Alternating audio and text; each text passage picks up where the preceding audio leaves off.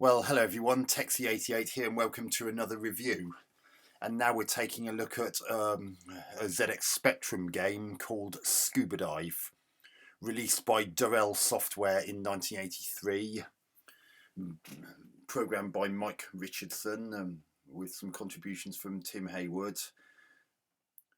The only other format Scuba Dive came out for was the Commodore 64, though there is a note that Scuba Dive is actually a conversion of an Auric game created by a Durell Software employee called Ron Jeffs.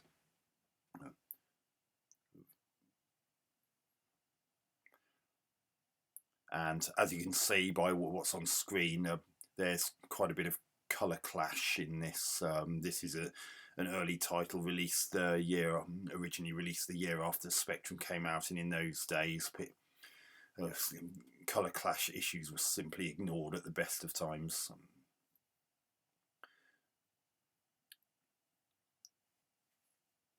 But that's no, and a bit more about Durell Software. They famously went on to publish Saboteur, Saboteur 2 Avenging Angel, and Turbo Esprit.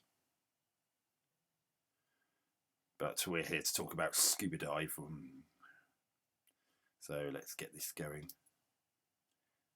And you can redefine the keys if you so wish, and skill level I'll pick 2. So there's our boat, and there are 4 divers on there. Unfortunately, it's a bit hard to tell exactly where you're going to ditch the boat, so I just got killed by that blooming jellyfish. You know, could be a Portuguese man of war, something like that, but either way, it killed me before I really had a chance to do anything. So it's a rotational thing with acceleration brake. And what you've got to do is try and collect treasure from such as the pearls from oysters, like we're seeing here, whilst avoiding crashing into the marine life that's present.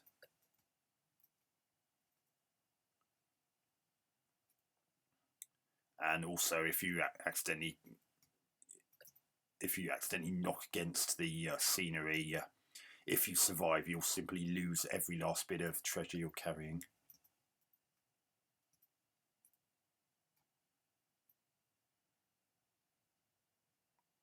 And as you can see, you have to worry about an oxygen level.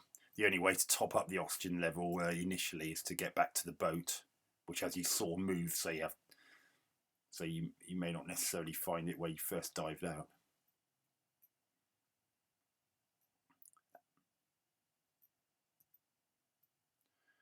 One thing that is a bit of a pain is that this game's flick screen rather than scrolling. Oh, there's the boat.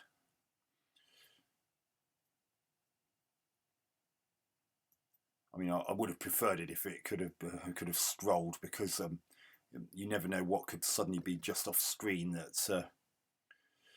that you could suddenly crash into or have to take a very quick evasive action to avoid. So I've just dumped off what I picked up from those pearls and topped up my oxygen meter on the right there. Oh, see, I just collided with the. Luckily, I wasn't actually. And you can see where it says held near the top right corner, just above the oxygen depth gauges. That shows how much treasure is actually in your hand at this point. And as I said, if you collide with the scenery like I just did then, or indeed if you die, then anything you had picked up that you didn't manage to get back to the boat is irretrievably lost. Oh, crikey, that was close. See, as you saw, there was a little bit of attribute problem there. So and now it says held naught because I dropped off into the boat what I'd picked up, because I managed to get back to it. And it's got the life counter in the bottom right corner there, that gauge. damn it! See, even though there was a sound that showed that I picked up what was in that particular oyster, because I almost instantly collided with the scenery after it. I lost it. That's why it suddenly said held naught in the top right corner there. Once it went boom. It can be a little bit fiddly to determine whether or not you're going to actually pick up what's in the oyster shells, because you sometimes have to rotate yourself in just the right way, and that's not always as easy to do as you might think. This octopus here, if you can manage to swim past its tentacles, you can actually get to an area where the treasure is worth more. But obviously, you have to get because of the way you control your diver. Oh crikey! That squid. No. Oh. Yeah, because of the way you control your diver, you have to be careful with your timing as to how you get past that octopus. And there's actually another octopus further down where the rewards are even greater, and there are even some additional oxygen tanks where you can top up your oxygen through those and not have to go all the way back to the boats to do it. And the deeper down you go, the more rewarding the treasure that you pick up can be if you manage to successfully get it back to the boats. Because although those oxygen supplies can be topped up by those oxygen tanks in that lower section, you still have to get treasure back to the boat in order for it to actually count.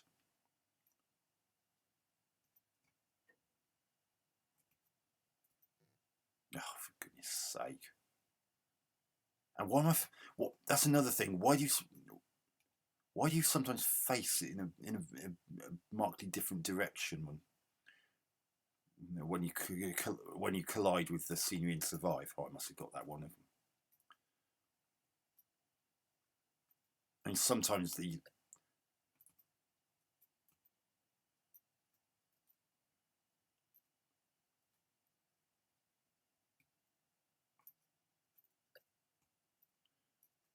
that octopus again. I recognise that ledge.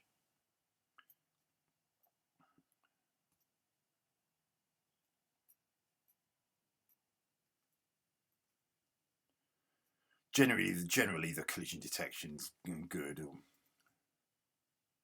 It's not like the sharks and the octopi have big, etc. Have big hit. Look at the colour clash there. See, look how much bigger the clams are. Now these ones you have to be careful of, because unlike those smaller ones on the upper level, you must be clear before these ones close. Otherwise,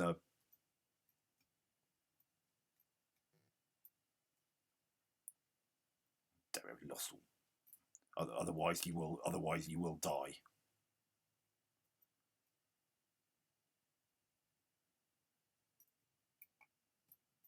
Oh, come on. See, I'm sure I was in the right place to actually pick up the treasure from there, but it wouldn't let me do it. God, look at that colour clash on those sharks. As I said, this is an early title, so unfortunately colour clash is it can be quite prominent in this.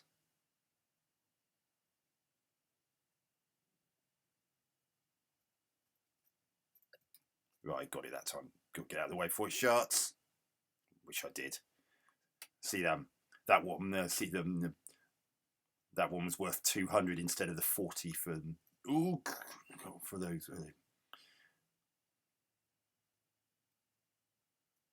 I'm going to see if I can find the other octopus in this section so I can get to the lower section.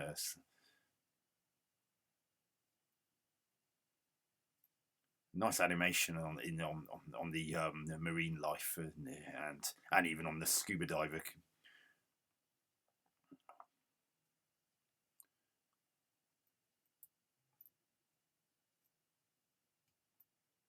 As I say, I would have preferred if it scrolled, because see what I mean? I could have easily crashed into that eel. Had that literally just been slightly off screen, that would have been right in front of me. I wouldn't have been able to avoid it.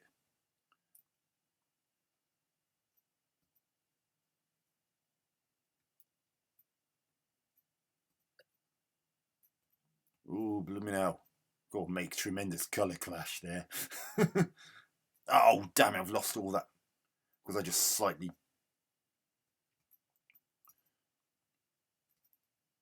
Yeah, with the 4 different skill levels, which I picked 2 for the basis of this review. The higher it is, the less time you have to collect things from the clams and oysters before they close, and the faster things like sharks and eels and so forth swim. Oh dear, my oxygen's getting low. I'm going to die. Oh, there's no way I'm going to get back to the... I've got to try and find that lower level quickly. Oh, wait, that shark came down.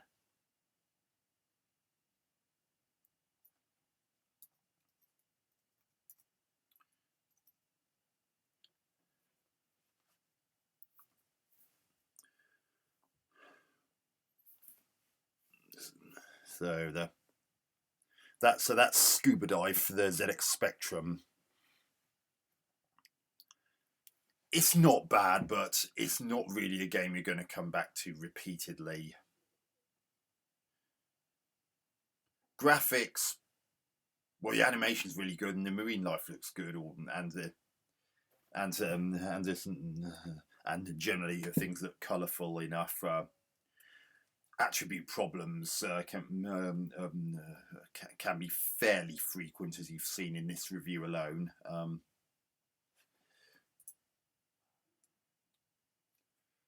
The animation of everything in general is impressive, especially for a game from 1983. The way the diver is drawn, fairly simplistic, but it is quite an early game from 1983, and the Spectrum only came out in 1982, so they would have still been trying to get used to the system at the time.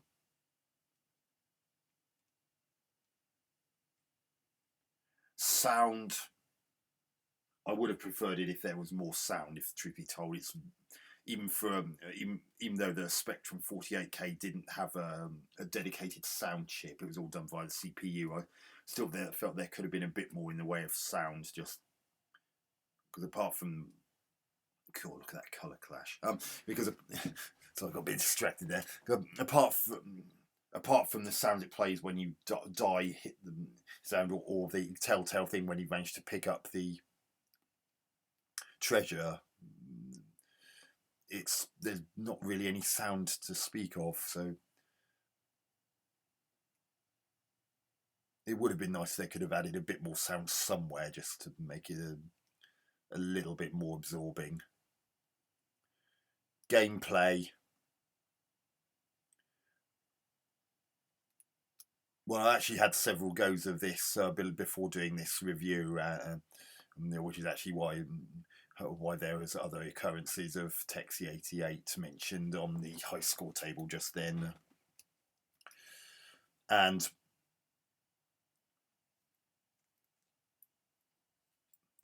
I would have preferred it if the accelerate and especially brake were a little bit more responsive. The brake in particular can be quite a problem if you're having to race for say an oyster or a clam, and you're trying to slow down so you don't smack into the rocks, and it can be harder to judge than you might think.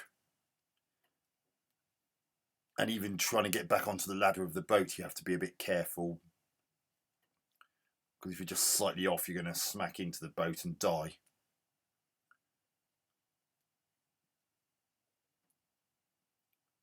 And also, as you saw, that whenever you do collide with the scenery and survive, it can be a bit unpredictable as to which way you're going to be facing. So you might accidentally think you're going to be facing the same direction, and you start to accelerate, only to find you're actually completely facing into the ground, and then you crash into the ground, and then you're lucky if you're still alive due to crashing into it a second time.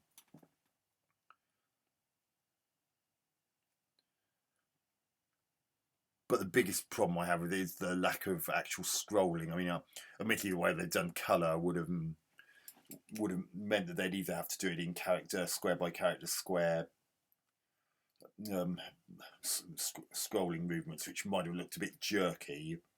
Either that, or they'd have to accept that there would have been even more bleed of colour.